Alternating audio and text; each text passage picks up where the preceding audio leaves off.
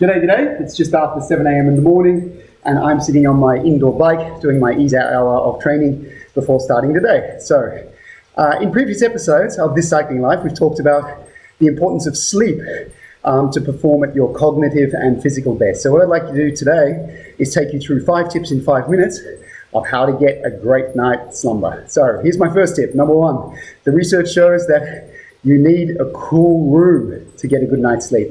Now, why is that? It's because during sleep, your core body temperature decreases.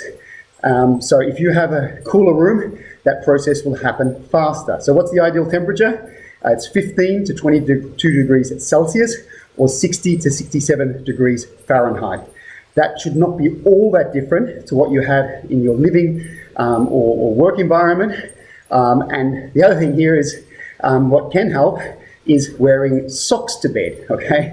Now, it may not be the sexiest thing, but what the research shows is that wearing socks, it actually dilates the blood vessels in your feet and your lower legs, and that helps your core to cool faster. So put on those cute woolly socks before you jump into bed. The second piece of advice here is, of course, about light. You need a dark cave to get an optimal night's sleep. For those of you living in the Northern Hemisphere, and particularly in the Nordics, Scandinavia, where you can have 24 hours of sunshine, certain parts of the year, you understand this completely. So darken your room as much as possible, and if you can't block out all the light, get yourself a face mask. Second thing here relates to those digital devices. Right now, we all know this because we've all read the studies about how blue light can affect our circadian rhythms and give us trouble getting off to sleep, right? So 45 minutes at least before bedtime, we should be either switching off those devices or we should be downloading those apps which put a blue light filter on our phone or our computer, which negate that blue light effect, all right? The fourth thing here actually relates to the devices, because often, we look at our phone, we look at our computer before going to bed, and that messes us up because we might have requests coming in from customers or colleagues, and we start thinking about work. So actually what's very important here is we go into kind of like a shutdown mode for our brains. Now, what does that involve? What I do every evening, typically an hour, 45 minutes before bed, I write myself a to-do list. Now, of course, you can do that if you want on your phone or your computer before switching it off. But it's really amazing what it does because, when I was super busy in my career, juggling the balls of my career, my family, myself, what I often found was that I would go to bed wide awake and I'd wake up really tired. I'd be lying in bed and my mind would be ticking over, thinking about all the demands on my time, all these priorities. So by writing that little to-do list about 45 minutes, an hour before going off to sleep, what that does is it can calm your anxieties and stop all of those things just floating around in your head while you're lying in bed.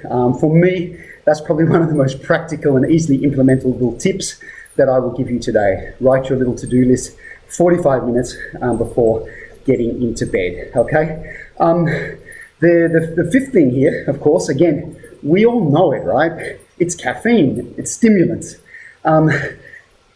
The glow time of caffeine in your system is up to 5 hours. So don't go having a double espresso an hour before bed because that's going to kick your brain into overdrive, right? So, for me, typically after 3 o'clock in the afternoon, I still drink the coffee, but I switch to decaf.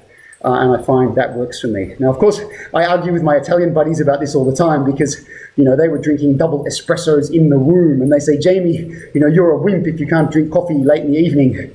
Sorry, Gianvito, it doesn't work for me, okay? So manage the caffeine, the stimulant intake later in the day. So that's 5 practical tips. And what we're talking about here is sleep hygiene. The research here, many academic studies show across cycling, rugby, Australian rules football, American football, netball, basketball. These studies are consistent. Teams that implement these kind of 5 sleep hygiene factors, on average, their athletes get at least 30 minutes of extra sleep per night. And in some studies, it's been shown that these hygiene behaviors can actually result into up to an hour and a half of extra sleep per night. So really significant and not all that difficult to implement. So what's my advice to you? It's sleep well, perform well. So if you've liked this video, please do give us the thumbs up, subscribe to our YouTube channel, and we look forward to seeing you soon on another episode of This Cycling Life.